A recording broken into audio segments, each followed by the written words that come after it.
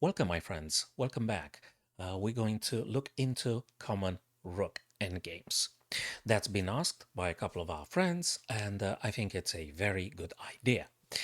And a few scenarios, five in total, five chapters. We're going to start today with the current one you're going to see on your screens, and then we're going to moving towards the others. So let's understand firstly the threat. Every single time we need to understand what is actually going to happen. And we should be able to realize there is actually an intent here because black is very close to promoting the pawn, and we need to stop that from happening. And they very, very likely want to check the king. And, you know, when you're moving out of check, left, right, diagonally, left or right, it doesn't even matter. They will be pushing the pawn, queening, and forces you to take, and then you take back. So, I mean, they will take back, and then you're going to lose. So we have to make sure we will not get checked by the black rook.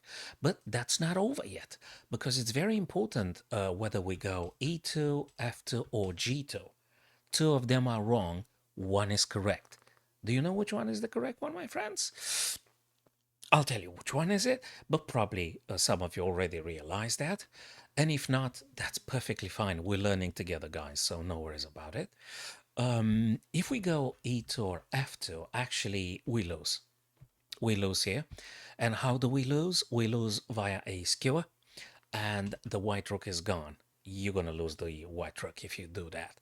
And how's that going to happen? So let's say king e2, king f2, black rook is going to play right on h1, right? They're going to go on h1.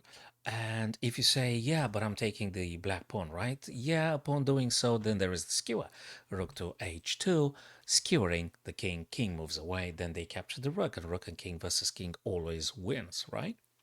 So we don't want to go e2 or f2, but instead we need to prevent rook h1. So we're going to go king to g2. King to g2 very nicely now. Notice there is no check, there is no rook h1 going to happen. When the king attacks, just simply moving further away, the farthest point is the rook here on to a8. The black king tries to protect the pawn, but now you're going to deliver a sort of perpetual check. You're going to check the king all the time, all right?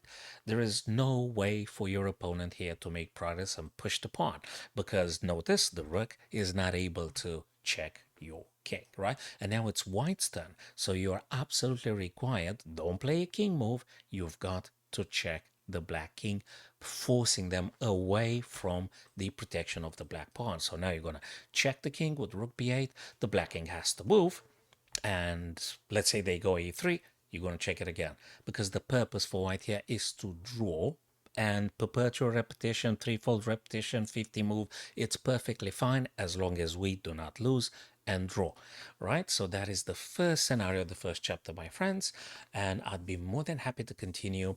Feel free to share the video with family, friends, schoolmates, etc., and see you on the next film, my friends, or live stream when we do it. Thank you very much, and see you soon.